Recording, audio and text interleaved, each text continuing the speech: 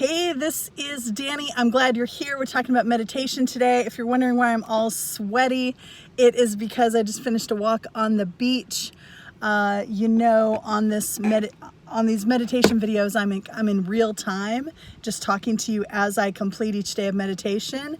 And on my regular channel, I'm a little behind, so you won't see beach pics for a week on that channel, but I'll show you, I'll turn my camera around and show you what I'm looking at right now when I'm done talking about meditation. So, meditation. Let me get out my little calendar here because I am keeping track every day. I always write down if I meditate or not and what it looks like and which day it is. So we're talking about, I'm doing 4 days today because I haven't posted a video in a while because I had one day, basically a day and a half to prepare for this crazy trip, and now I'm on it and I had 2 travel days. So I'm just a little off kilter, a little busy. I've been meditating, but I haven't made my videos. So days 16, 17, 18, and 19 of meditation are complete. During 2 of these days, I fell asleep. I may have to stop doing it while I'm laying down. Usually I can do it while I'm laying down right after I wake up if I get enough sleep and everything, but lately I've been falling asleep anyway. So the first day that I fell asleep, I decided to go ahead and count it. I was going to do more meditation later on in the day and then I forgot. I decided to go ahead and count it because I was pretty close to my 20 minutes anyway of awareness and then fell asleep a little at the end. It may have even just been like a head nod thing, but anyway, I'm counting it.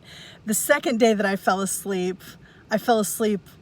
within the first 10 minutes that I started. So I decided to do the meditation again later in the day, which I did, and I completed it. So days 16, 17, 18, 19, under the belt, feeling good. I feel like this has been a very kind of all over the place time in my life, and that's really why I started the meditation challenge in the first place. I started the meditation challenge because a few things were happening and were really catching up to me, and I felt like, you know, in order to be in the best place mentally and emotionally and everything that I can be spiritually to deal with what's ahead, I need to have a solid foundation of going within. And so I need to have a solid foundation of quiet and that peace that is only within, right?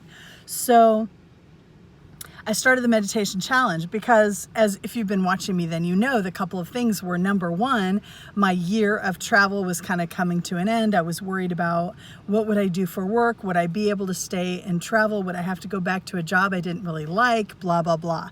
Well, you know, now I'm going to be working at DigiKey starting in mid-April. I'm excited about that. I'll take you on that whole journey on the other channel. We'll talk about all of those steps.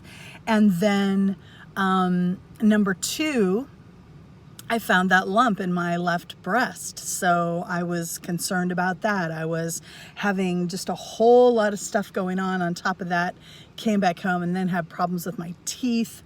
Oh, I tell you. So I knew that meditation was important for me, and it is. It's critical to have in these times that are turbulent or unknown or in flux. You know, everything seems to be transitioning. Everything is changing, and they say the only constant is change, and I do believe that. But you know, there was a time in my life where I was a young married woman and getting ready to have my first child, and I honestly thought that I could just look out at my life and like very few things would really change.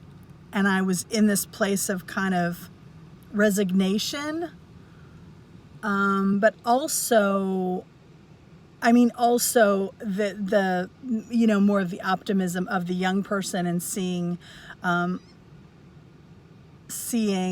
you know, what was before me in this married life with kids. Here's the house I'm going to have till they, you know, what I thought at the time was I can see my kids as teenagers. I always wanted like a boy and a girl because I had one sister. I love my sister, but I always thought it would be cool to have one of each. And so I had my one of each, and I could see that when I first walked into my home that I had when I was married. I had to sell that home and have rented ever since, because like a lot of people who get divorced, especially the women, you know, your cost of living, your level of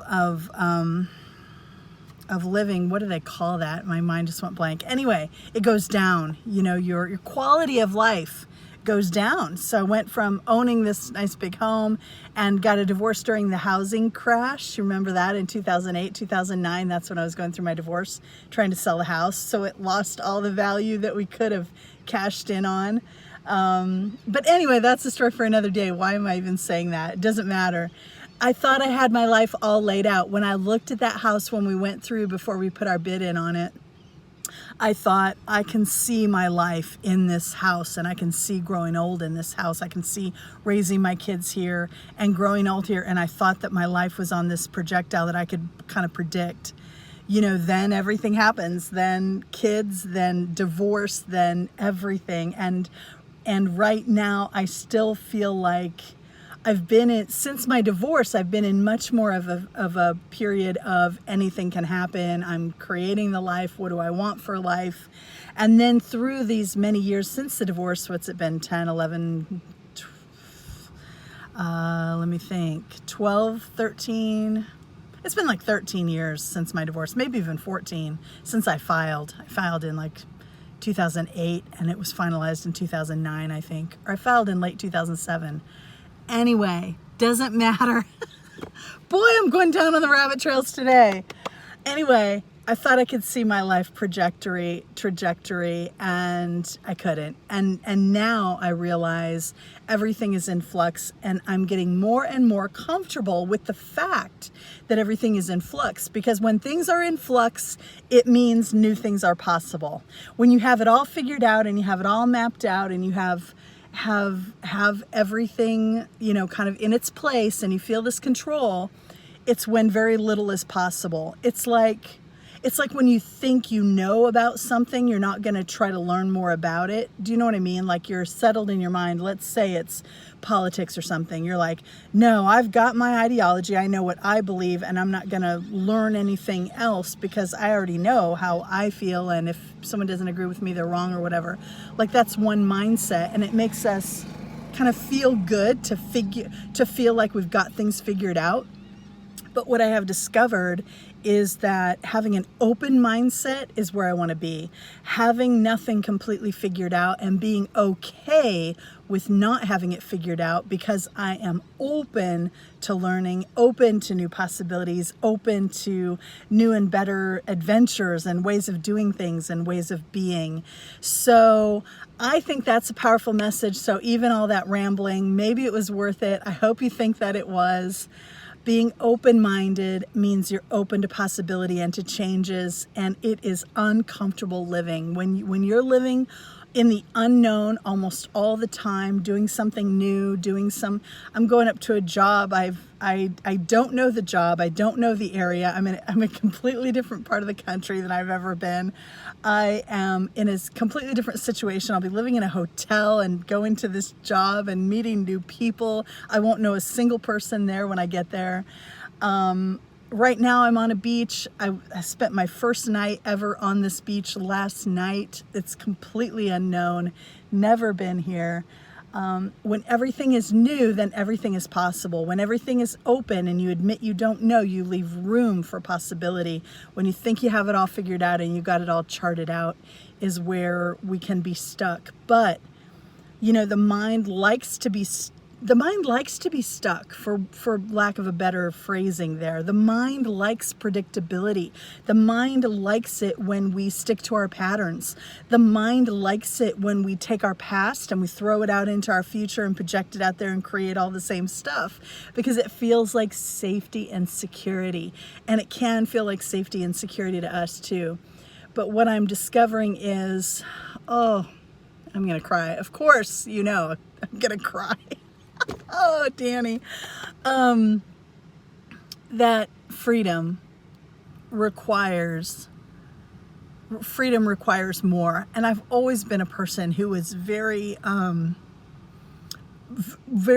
much wanted security. I wanted security in my marriage, in my foundation, and like I wanted a home. I wanted all this security. And then you realize even the things you think are secure, the great job, the house, the marriage, the kids, whatever, all of that is still just a foundation built on sand, because everything can change at the drop of a hat. So knowing everything can change, knowing my only security and stability is me. I am my security and my security. Me and my connection to the all that is. Me and my connection to the something bigger, the larger picture here that is unfolding, that I am trying always to go in the flow of and be divinely guided and not fighting against. Anyway, that's why we're here, is for those deeper little bits of conversation, even if I have to go down a bunch of rabbit trails to do it, those deeper little insights, those deeper little understandings that we can have within ourselves, and then for me to share with you, to know that you are getting insights of your own, to know that you are having some of the same insights sometimes, maybe in different situations or even in similar situations in your life. It's powerful for me, and I thank you for being here. And now I'm just gonna be quiet, turn the camera around, and we will look at this beach for a second. This is literally just out the front window.